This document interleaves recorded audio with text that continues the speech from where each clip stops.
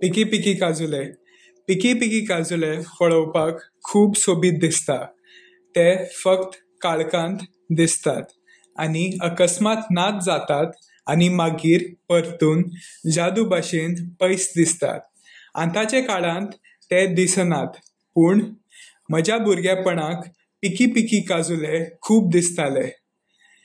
तो काळ जेन्ना सांजे वेळार लांब वरां वीज कापून बॅकअप इन्वर्टर नाशिल्ल्यान आमची दिसपट्टी कामां थांबून उरतालीं आनी गिमाच्या दिसांनी गरमी सोसूंक जायना म्हूण आमी आमच्या घराच्या टॅरसाचेर वचून बसतालीं आनी थंय आमची आवय आमकां जेवण दिताली.